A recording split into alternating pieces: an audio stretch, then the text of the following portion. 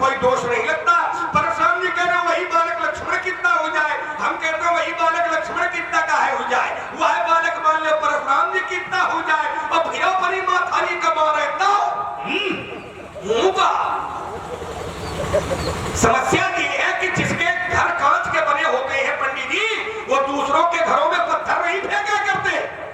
उपदेश तो बता रहे हो कि बालक छोटा होता है, माता को मारता है तो बालक अबोध है, बालक पर कोई दोष नहीं बनता। लेकिन वही बालक लक्ष्मण कितना हो जाए और फिर मां को मारता है तो बालक दोषी है। क्यों? क्योंकि बालक बड़ा हो गया है। अब मान लो वह बालक बूढ़ा हो जाए और फिर मार है। चिंतन करिए, विचार करिए, आवश्यकता विचार करने की है। उपदेशक का उपदेश समाज में मूल्य तब रखता है कि जब उपदेशक जो उपदेश करता है उस उपदेश को अपने जीवन में उतारता है। हम उपदेश करें सुबह ब्रह्म मुहूर्त में उठो 4 बजे और तुम खुद 11 बजे उठ रहे हो दोपहरी में, तो इस उपदेश का कोई मूल्य है का? इस उपदेश का कोई मूल्य नहीं है। तुम उठाओ और जब तुम उठोगे तो घर वाले, घर के बच्चे देख देख करके तुम्हारे इस व्यवहार को वो भी ब्रह्म मुहूर्त में उठना प्रारंभ कर देंगे। स्वयं 11 बजे तक फैला पाए हो और उपदेश कर रहे हो 4 बजे उठे हो, तो ये संभव नहीं है। पहले उसको अपने जीवन में उतारो और जब अपने, चूंकि तभी तो मानसकार ने एक चौपाई लिखी है कि पर उपदेश कुशल बहु तेरे तो जे आचरण ही ते नर न घरे रे। ऐसे लोग बहुत मिलेंगे कि केवल उपदेश करते हैं लेकिन उस उपदेश का पालन वो स्वयं नहीं करते। तो जो उपदेश पंडित जी कर रहे हैं उस उपदेश का पालन स्वयं इन्होंने नहीं किया है। आइए दूसरा तर्क, हमने कहा था चाबी ठीक नहीं लगा रहे। महाराज जी ने कहा देखो लक्ष्मण, हमारे पास तो एक चाबी है और चाहे जितना बड़ा ताला हो, प्रत्येक ताले का ताली यही है, प्रत्येक समस्या का समाधान यही है, प्रत्येक ताला इसी से खुलता है। तो चाबी कौन सी थी? फरसे को दिखाया, कहा ये चाबी है। तो ये चाबी नहीं है, मेरा विश्वास कहता है कि ये चाबी नहीं है, हथौड़ा है। क्यों है? क्योंकि इस चाबी से ताले खुले नहीं है। ये चाबी लगाई तो 21 बार गई है लेकिन ताला खुला नहीं है। क्या हुआ है? ताला टूटा है। 21 बार चाबी लगाई है, फरसा रूपी चाबी, तो फरसे रूपी चाबी से जो राजा रूपी ताला है वे खुले नहीं है, वे टूटे। और टूटने में और खुलने में एक अंतर होता है।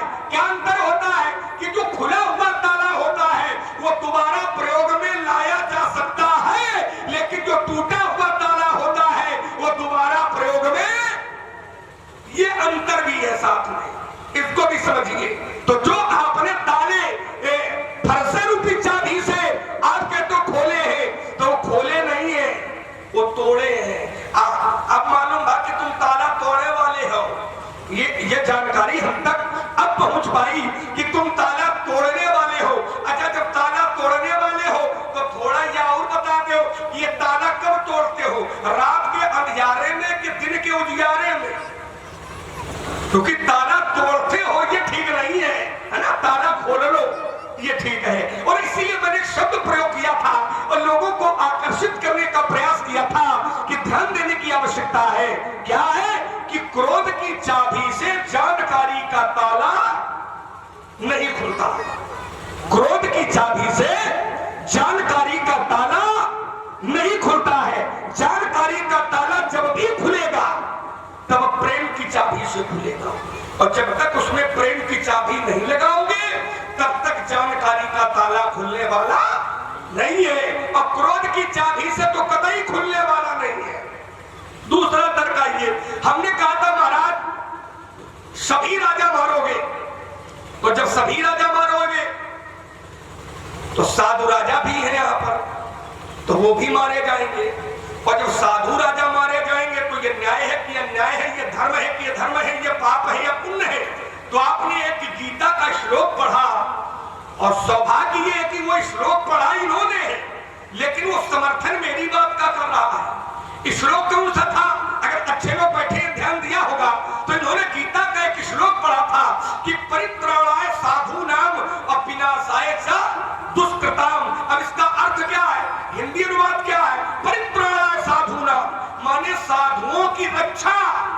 और विनाशाय च दुष्कृतम, और दुष्टों का विनाश। तो जब साधुओं की रक्षा, दुष्टों का विनाश, ये श्लोक आपने पढ़ा है, तो क्या साधु रक्षा हुई नहीं है का?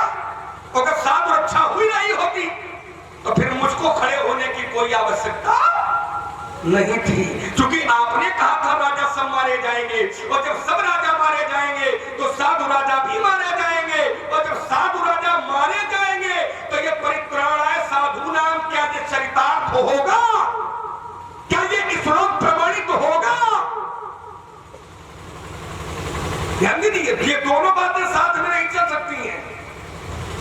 भाई साधु रक्षा कर रहे हो तो फिर न तुम्हारे जन है सब राजा न कहो, या कहो उनसे गलती तो निकल गया मुंह से, हम अपन सबको वापस लेते, बात खत्म। और या तो न तुम्हारे जन है सब राजा कहो तो फिर परित्राणाय साधु नाम न कहो। दोनों बातें साथ में चला रहे। भाई जब साधुओं की रक्षा करोगे तो फिर ये कहो कि हमसे मुंह से गलती से निकल गया कि राजा सब मारे जाएंगे, क्योंकि सब राजा मारोगे तो सब राजाओं में साधु राजा भी है। दो प्रकार के राजा हैं, हमने पहले प्रमाण दिया है। और जब दो प्रकार के राजा हैं और जब सब मारोगे तो साधु भी मरेंगे, और जब साधु भी मरेंगे तो परित्राणाय साधु नाम यह कहा जाएगा। अगर यह रहेगा तो फिर न तुम्हारे जंग सब राजा यह कहा जाएगा। दो बातें साथ में चला रहे हैं, ये ठीक नहीं है, इस पर विचार करने की आवश्यकता है।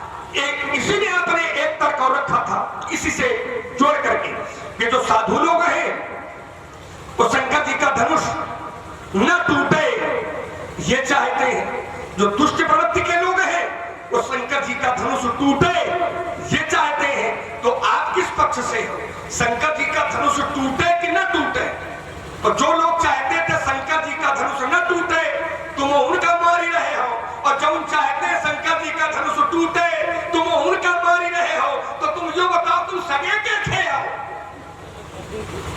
समझिए, जो तुम्हारे पक्ष में आए तुम उनका भरोसा लिए हो, और जब तुम्हारे विरोध में आए तुम उनका भरोसा लिए हो।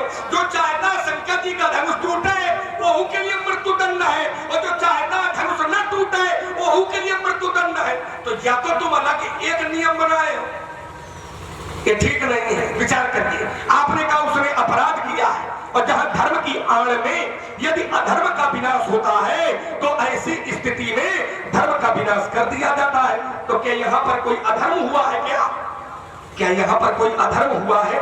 आपने उदाहरण सती वृंदा का रखा था, तो सती वृंदा ठीक है, सती वृंदा पतिव्रता नारी है, लेकिन जो उसका पति है वो अधर्मी है, वो पापी है, वो अत्याचारी है। तो वहां तो धर्म से अधर्म के का बढ़ावा मिल रहा था, तो क्या यहाँ पर धर्म से अधर्म का बढ़ावा मिला है?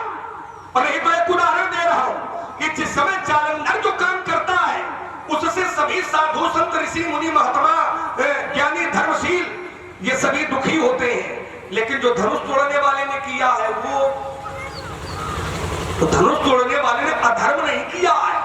क्योंकि अगर धनुष तोड़ने वाले ने अधर्म किया होता तो मैं एक प्रमाण पढ़ता हूं और अपनी वाणी पर यहीं से विराम लगा दूंगा कि जिस समय धनुष तोड़ने वाले ने धनुष को तोड़ा और तोड़ करके धरती पर फेंका और ये लोगों ने देखा, और जब लोगों ने देखा तो शास्त्र प्रमाण देता है कि प्रभु दो चाप खंड मही डारे, तो देख ही लोग सब भय सुखारे, लोग सुखी हुए हैं। अब ईमानदारी से बताओ कि अधर्म को देख करके लोग सुखी होते हैं कि धर्म को देख करके? अधर्म को देख करके लोग सुखी होते हैं कि धर्म को? अधर्म को देख करके लोग सुखी नहीं होते। अध्याय में ना धनुष टूटा तो लोग सुखी हैं। लोग, मानसकार ने लोग शब्द प्रयोग किया, देख लोग सब। तो ये लोग कौन है? ये लोग कौन है? लोग है जनकपुर के निवासी। और जनकपुर के निवासी कैसे हैं? तो शास्त्र फिर प्रमाण देता है कि पुर नर नारी सुभग सुचि संता और धर्मशील ज्ञानी गुणवंता। ये संत है, ये धर्मशील है, ये ज्ञानी है, ये गुणवान है। अब थोड़ा चिंतन करिए कि साधु संत ऋषि मुनि महात्मा धर्मशील ज्ञानी, क्या ये लोग अधर्म होने पर प्रसन्न होते हैं क्या? हमने नहीं सुना है भाई। अगर कौनी कहानी हो तुम्हारे पास, कौनी कथा हो समाज के मध्य प्रस्तुत करिए, मैं उसका समर्थन करूंगा, अन्यथा ये न कहो कि धनुष तोड़ने वाले ने अधर्म किया है। धनुष तोड़ने वाले ने अधर्म नहीं, विप्र देवता, धनुष तोड़ने वाले ने धर्म किया है। इसलिए विचार करके बोलो, समीचीन बोलो, सत्य चिंतन करके बोलो। अब बोलना ना आता हो तो चुपचाप खाने में उंगली लगा के हिंद निकल लियो। खाने में उंगली लगा काफी अनुभवशील वक्ता, इनको भी कुछ बोलने का अवसर। और आप हैं श्री चंद्रदेव तिवारी अलियापुर, आपके द्वारा 25-25 पुष्प मुद्राएं दोनों महान विभूतियों के श्री चरणों में भेंट की जा रही हैं। बहुत बहुत धन्यवाद है, साधुवाद। मैं पहले अंतिम उत्तर दोबारा देता हूँ, उसके बाद पूरे उत्तरों की जांच किए लेता हूँ। तुमने कहा परशुराम जी, जिस समय धनुष तोड़ने वाले ने धनुष को तोड़ा उस समय सब लोग प्रसन्न हो गए। प्रभु तुम चाप खंड में डाले तो देख लोग सब भय सुखाए। तो तुमने कहा लोगों ने